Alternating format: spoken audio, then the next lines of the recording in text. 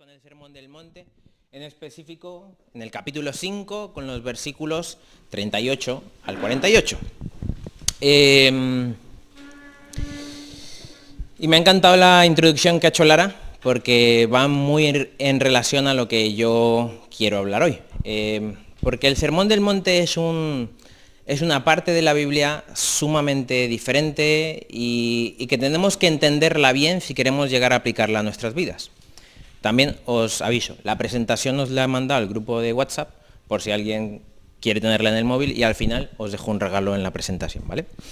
Bien, la presentación la he llamado eso, la búsqueda de un bien mayor, el sumum bonum. Vale, primera pregunta que os quiero hacer. ¿Quién sabe qué es el sumum bonum? ¿Nadie ha escuchado hablar nunca del sumum bonum? Vale. El sumum bonum es una palabra así como un poco raruca en latín, que viene a significar el bien mayor, el bien supremo. Esta frase se popularizó con el filósofo Immanuel Kant. ¿Pero por qué esto es importante? Porque a lo largo de toda la historia, los filósofos y pensadores han querido encontrar cuál es el bien para el que el hombre existe. ¿Qué es lo que completa al hombre? ¿Qué es lo que hace al hombre llegar a su máximo potencial y en el cual se desarrolla como dando todo lo que ha sido creado para dar? ¿Me explico? Entonces algunos decían, el trabajo es el sumum bonum, porque a través del trabajo el hombre llega a su máximo potencial y con eso alcanzamos la felicidad. Otros piensan que la ayuda social es el sumum bonum. El hombre ha sido creado para ayudar a los demás. O el hombre ha sido creado para, bueno, infinidad de cosas. Según a quien le preguntes, te dirá que el sumum bonum es una u otra cosa. ¿Y qué tiene que ver el sumum bonum con la predicación de hoy? Pues mucho. Porque el Sermón del Monte nos presenta una opción del sumum bonum. Nos presenta una opción que de verdad lleva al hombre a su máximo potencial, a desarrollarse y dar todo lo que tiene que dar. Entonces, para eso vamos a leer Mateo, ¿vale? Mateo 5, 38 al 48. Comienza diciendo, ¿han oído la ley que dice que el castigo debe ser acorde a la gravedad del daño, ojo por ojo y diente por diente? Pero yo os digo, no resistáis a la persona mala. Si alguien te da una bofetada en la mejilla derecha, ofrécele también la otra mejilla. Si te demandan ante el tribunal y te quitan la camisa, dales también tu abrigo. Si un soldado te exige que lleves un equipo por 1 kilómetro, llévalo 2. Dale a los que te pidan y no les des la espalda a quienes te pidan prestado. Ahora continuamos leyendo. Antes de seguir, me encanta este texto porque es sumamente sencillo. Creo que cualquiera lo puede leer y entender. Antes ojo por ojo, ahora ya no es ojo por ojo. Ahora es si tú me das en la mejilla, pues yo pongo la otra mejilla. Sin embargo, por obvio y sencillo que pueda ser el texto, tenemos que entender lo que realmente nos quiere decir. Como cristianos muchas veces somos muy literales y pensamos que cuando dice, ya no es ojo por ojo, que por cierto se llama la ley del talión, que es una ley súper antigua, muy antigua, de las más antiguas de la historia. Y era una ley que intentaba realmente buscar la justicia. ¿Por qué? Porque capaz si tú me cortabas una pierna a mí, pues yo decía, vaya, qué injusto, pues la mato. Entonces, no es ojo por ojo. Entonces, si tú me quitas una pierna, yo te tendré que quitar a ti una pierna, pero no te puedo matar. Entonces, realmente la ley del talión, el ojo por ojo, diente por diente, era una ley bastante justa. Sin embargo, Jesús no se queda ahí. Él pone un estándar aún mayor. De nuevo, si alguien me da en la mejilla, yo tengo que poner la otra mejilla. ¿Qué no significa eso? Porque a veces eso, es como, ¡ay, alguien me ha ofendido! Pues dame otra vez. No significa eso.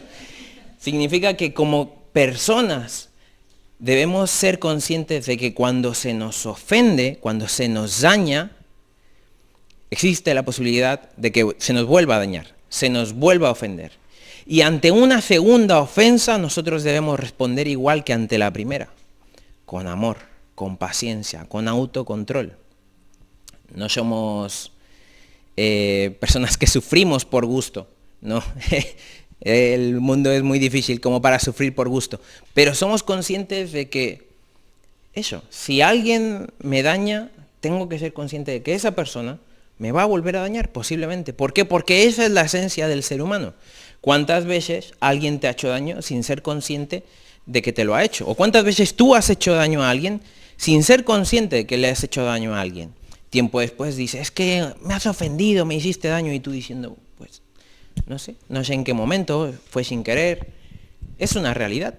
Entonces nosotros tenemos que vivir conscientes de esta realidad, pero también tenemos que vivir conscientes de que las injusticias existen.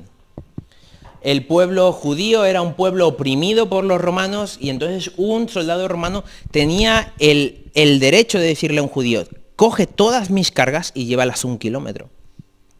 Pero Jesús dice, si te obligan a hacer eso, porque la ley te obliga a hacerlo, solo 1 kilómetro, tú llévalo 2. ¿Por qué? Porque en eso estás mostrando un bien mayor. Estás mostrando que tú como hombre eres diferente al resto de los hombres. Que tú como hombre has alcanzado el sumum bonum.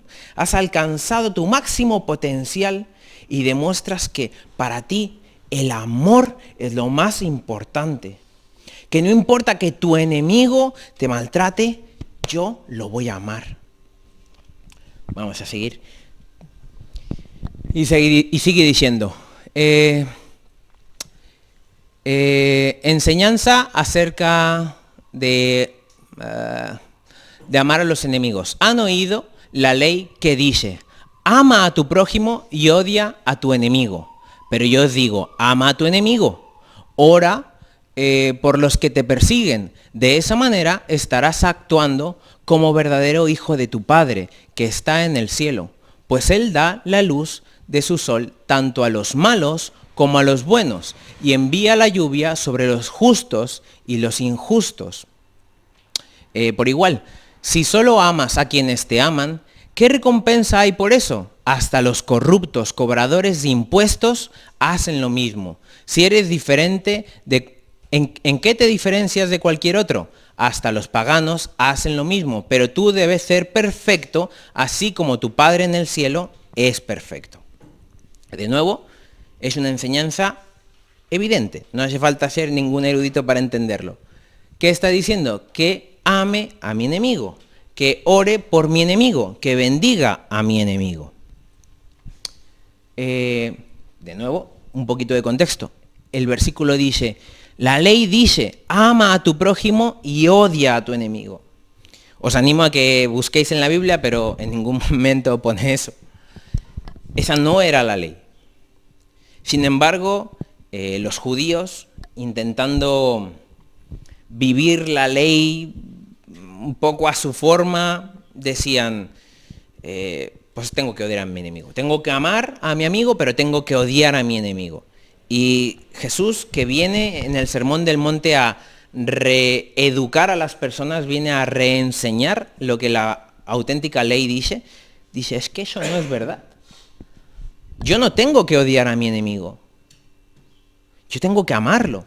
Porque si odio a mi enemigo, ¿en qué me diferencio del resto de personas? Aquí es gracioso porque Mateo es recaudador de impuestos y él dice, ¿en qué te diferencias a los recaudadores de impuestos? Los recaudadores de impuestos eran la lacra.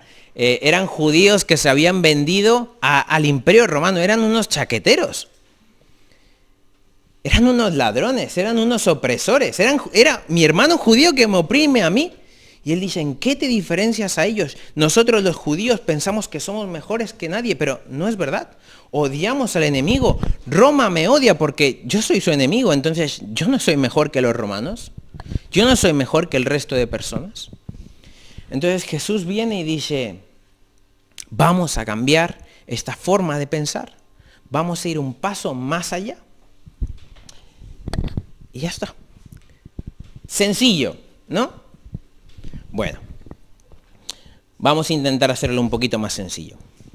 Pregunta, ¿qué es el Sermón del Monte? Si queremos entender lo que dice, primero necesitamos saber por qué lo dijo así. A ver si me explico. Me explicaré mejor con la siguiente diapositiva, más fácil. Vale, esto sé que lo escuchasteis en la primera predicación porque me las he oído todas. El Sermón del Monte viene a ser un símil entre Moisés y Jesús.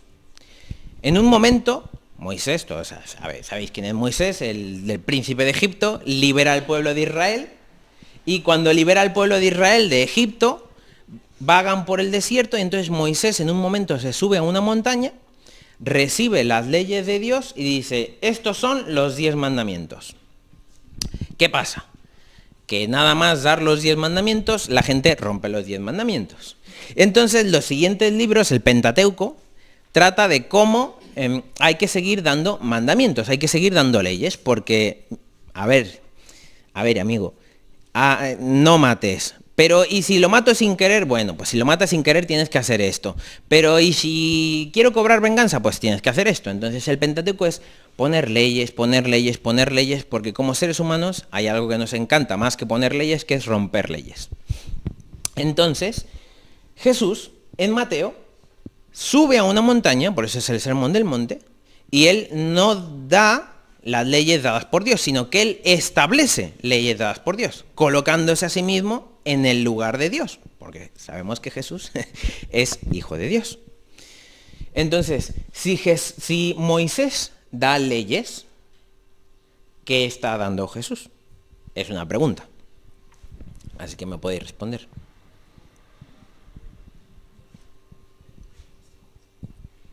¿Jesús igualmente está dando leyes? ¿O qué está dando Jesús? ¿Qué es el Sermón del Monte? Entendiendo ese símil, ¿qué hace Jesús?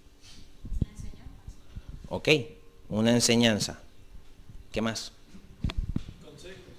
Consejos. O sea, no se podría tomar como ley porque si una ley es coercible, o sea, tiene que dar un castigo. No es que Jesús te castiga principalmente por no cumplirlo. Buen punto. Si es una ley, debería ser impuesta. Bueno, en fin, el tema del micrófono es un rollo. Si es una ley, debería ser una ley impuesta. Pero Jesús viene a imponer leyes. Os pregunto. Ahí dicen que no, tú dices que no, alguien dice que sí. Aquí no hay opciones equivocadas, es vuestra opinión. ¿Qué pensáis? ¿Qué está haciendo Jesús? ¿Está imponiendo leyes? ¿No está imponiendo leyes? Creo que está hablando más del deseo que él tiene de cómo vivamos, ¿no? No es en sí como si tienes que vivir así, sino más bien es como esto es lo mejor que puedes buscar de forma de vida y esto es lo que te va a traer más vida, pero no es en sí como una obligación. Ok, no es una obligación en sí, es, en pocas palabras, Como el deseo que Dios quiere para nosotros. el deseo que Dios quiere para nosotros. No sé si realmente tengo una respuesta, pero sí que en, bueno, en el 17, 18, 19 Jesús dice que él vino a cumplir el ley. Ok, muy bien. No terminarlo, no decir, no dejarlo, pero realmente cumplirlo. Y al final de ese pasaje que toca aquí, dice, por tanto sed vosotros perfectos, como vuestro Padre Celestial es perfecto. Así que hay una aplicación, ¿vale? Me encanta. Sed perfectos así como vuestro Padre es perfecto. No es una ley, pero Jesús me está diciendo, sé perfecto como tu Padre es perfecto. Entonces, ¿es una ley o no es una ley? ¿En qué quedamos? Ha dado un buen punto, ¿eh? A ver, yo creo que tenemos parte de responsabilidad. Parte de responsabilidad. No es una obligación, pero es una responsabilidad. Ok. No es una obligación, pero es una responsabilidad. Yo creo que es una clave también para que tú seas feliz, porque si tú no cumples eso, hay venganza, hay odio en ti.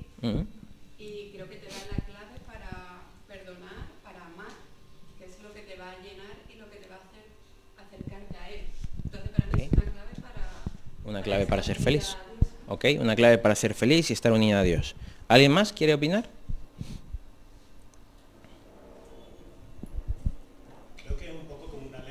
Ok, Lo único que pasa es que no tiene la forma de imponerse como normalmente la entendemos como humana. ok. Si no seguimos esa ley va a haber consecuencias. Lo que pasa es que no es el mismo tipo de consecuencias que cuando yo robo y la policía me arresta y voy a prisión. Hay consecuencias a niveles personales o a niveles morales de otra forma. Ok, no es una ley... Funciona más o menos de la misma idea. Ok, ok, va por ahí. No es una ley como tal impuesta a la sociedad, pero si no cumplo esta ley hay consecuencias. Evidentemente, la cosa va por ahí. Vamos a volver un momento al versículo anterior, porque Bethany ha dado un punto muy bueno. Bueno, ser perfectos, así como tu Padre en el cielo es perfecto. Varias personas dicen que no significa perfección, porque evidentemente la perfección no la podemos alcanzar en esta tierra. Algunos lo dicen que es como maduro, pero realmente no se sabe. Pero la cuestión es que no podemos ser perfectos y tampoco podemos llegar a ser maduros sin la ayuda de Dios en nuestras vidas. Entonces Dios pone un bien mayor, pone unas leyes aún más difíciles que cumplir que las que puso Moisés. Y efectivamente yo creo, ¿cómo era tu nombre, perdón? Pienso como Pablo, que era una ley no impuesta, pero una ley al fin y al cabo. Cuando Dios le da a Moisés los 10 mandamientos, no se lo da para que lo cumplan todo el mundo, se lo da para que los cumplan los judíos. Entonces, si tú eras judío, tenías que vivir bajo la ley judía, que en este caso eran los 10 mandamientos y 613 más. Jesús en el Sermón del Monte empieza a hablar de un nuevo pueblo, un nuevo aspecto, y lo llama el reino. Y nos invita a todos a formar parte del reino de Dios. Todos nosotros hemos sido invitados a formar parte del nuevo pueblo de Dios, del reino de Dios. Sin embargo, Jesús dice, te invito, pasa, pero si quieres habitar en mi reino, tienes que ponerte bajo las leyes de mi reino. Antes había unas leyes para los judíos, había unas leyes para los griegos, unas leyes para los romanos, había una ley para lo que sea, hay unas leyes para nosotros como españoles, pero Jesús nos está diciendo, si quieres, yo te ofrezco mi reino, pero vive bajo mis normas. Y yo te voy a ayudar, eso sí, yo te ayudo a vivir bajo esas normas, pero tienes que vivir esas normas. Entonces, el Sermón del Monte es un sermón sumamente práctico. Y aunque hay mucho debate si se puede llegar a lograr en esta vida o no, no importa. Jesús nos invita a vivir bajo esas leyes y nos invita a vivirlas con su ayuda, con el poder del Espíritu Santo. Pero no podemos ser parte de su reino sin vivir de forma práctica el cómo nos ha enseñado Jesús a vivir de forma práctica.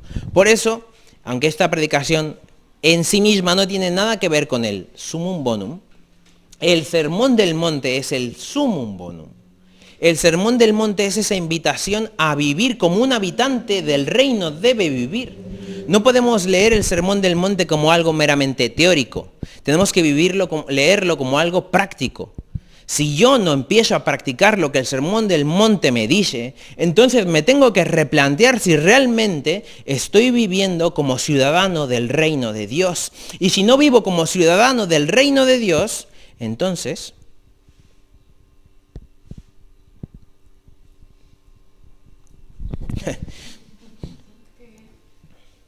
que yo veo eso, que con Moisés era una ley, ¿no? Y era luchar el hombre un poco solo para llegar a esa ley. ¿ya? Y con Jesús yo veo que Él da libertad. O sea, esa libertad y realmente no es el hombre luchando contra eso, sino es con la ayuda del Espíritu.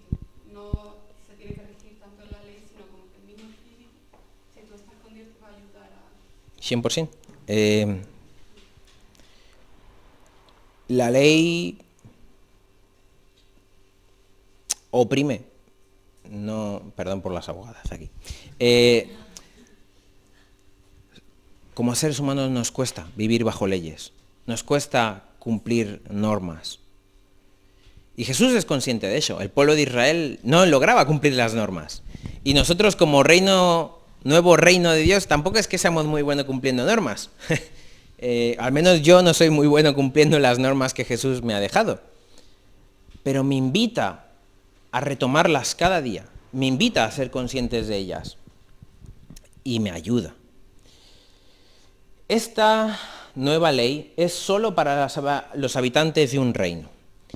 Sin embargo, algo que me encanta es que Jesús no vino a quitar las leyes, como mencionó Bethany, sino que vino a vivirlas tal y como Él las enseña. El Sermón del Monte es complicado. Es muy difícil alcanzar ese sumum bonum. Es muy difícil alcanzar ese bien mayor.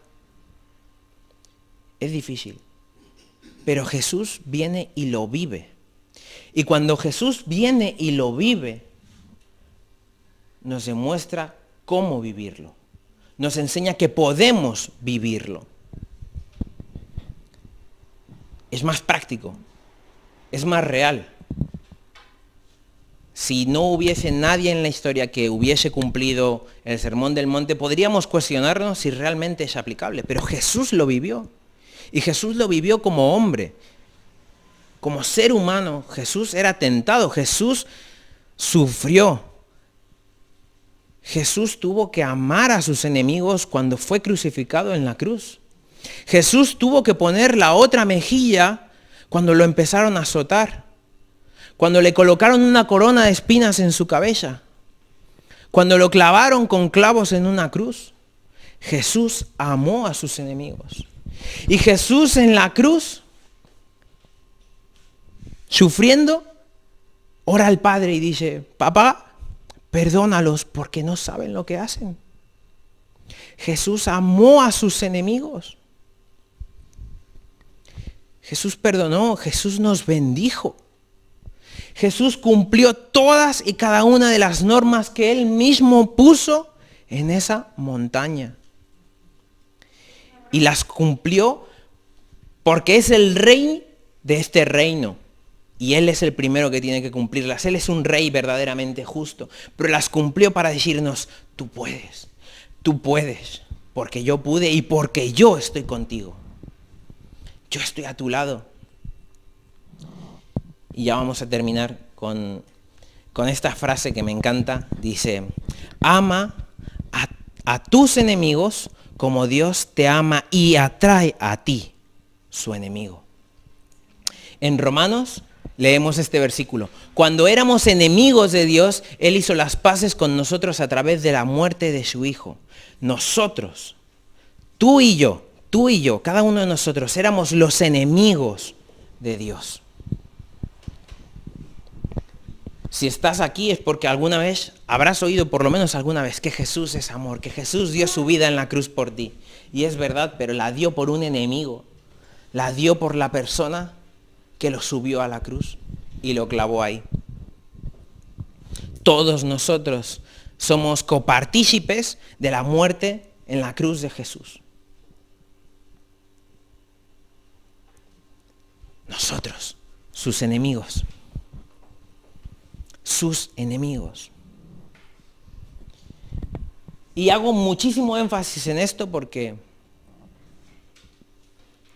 cuando soy consciente de que yo, enemigo de Dios, aún así me amó y se sacrificó por mí, entonces ahora es más fácil yo amar y sacrificarme por otro. Porque Jesús lo hizo primero por mí. Jesús no me está poniendo un reto imposible. Jesús está encarnando el reto. Jesús está diciendo, como yo lo hice, tú lo puedes.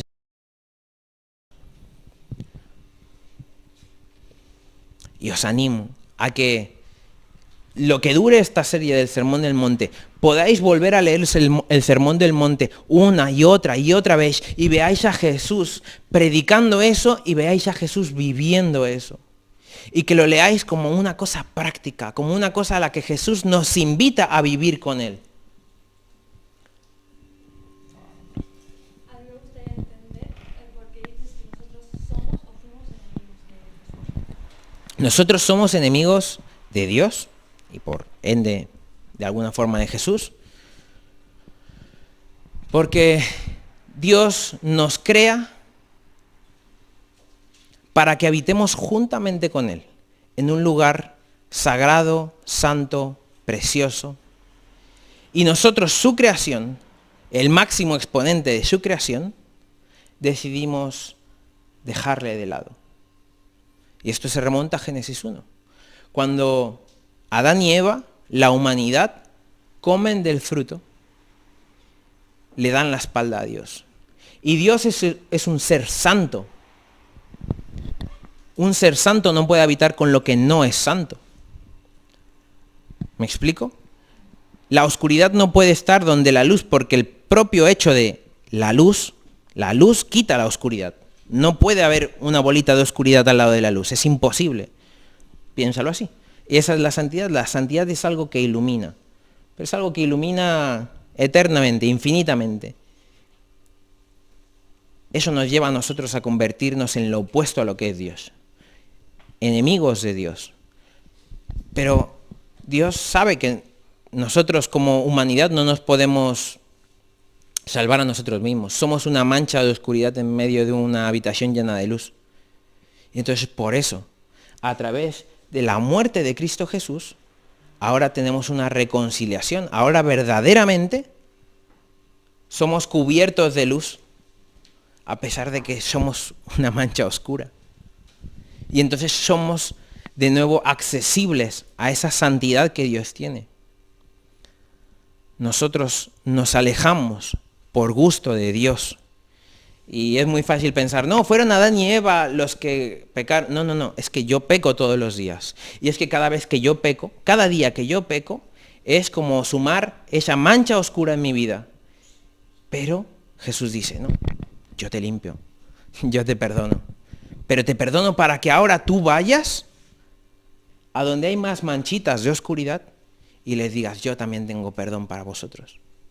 Jesús quiere traer sanidad. Jesús quiere traer restauración. Jesús nos perdona y nos salva, no solamente para que ahora habitemos con Él, sino para que invitemos a otros a habitar con Él. ¿Cómo podemos reconciliarnos? Jesús nos invita a reconciliarnos con Él a través de reconocer quién es Él y quiénes somos nosotros. Yo soy un pecador. Yo soy una mancha de oscuridad. Perdóname. Reconozco que tú eres el Dios de la luz. Reconocemos que tú eres santo, que yo no lo soy, pero que tú me das acceso a ti a través de tu sacrificio. Porque Jesús muere en la cruz, yo me reconcilio con Dios. Porque Jesús muere en la cruz, yo puedo volver al Padre. Y el Padre me vuelve a reconocer como su hijo. Porque Jesús nos invita a volver a ser hijos. ¿Respondo a tu pregunta? Ya que veo que es un sermón interactivo, que la verdad que Sí. es la primera vez que lo veo, así me encanta. Yo te quería preguntar una cosa. Una forma de reconciliarse con Dios no sería volver a ese cauce de seguir las pautas que Dios nos dio en el sermón de la montaña, en el de si yo perdono, si tú perdonas, ya estás acercándome a lo que Sí. yo espero de ti, lo que yo quiero de ti. Si sigues mis normas, vas a poder reconciliarte conmigo. ¿Lo ves un poco así? Es una mezcla de las dos cosas. Si realmente yo me reconcilio con Dios es porque quiero empezar a vivir como Dios me ha dicho que viva. Pero yo no puedo vivir de forma perfecta sin reconciliarme primero con Dios, sin aceptar su sacrificio y aceptar que yo no soy perfecto, porque evidentemente no soy perfecto. Y alguna vez pecaré. Por lo menos una. Y eso ya me invalida. Entonces, reconociendo que no soy perfecto, Dios me ayuda y entonces tengo que empezar a vivir como Dios quiere que viva, como Dios me dijo que debo vivir, alcanzando ese sumum bonum.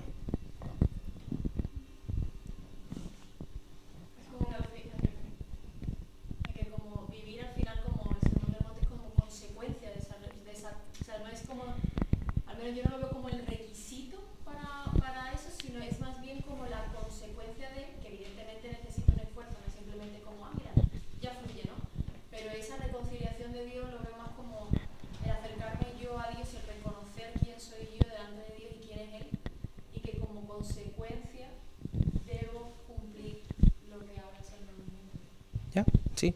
¿Quieres decir algo? Bueno, iba a leer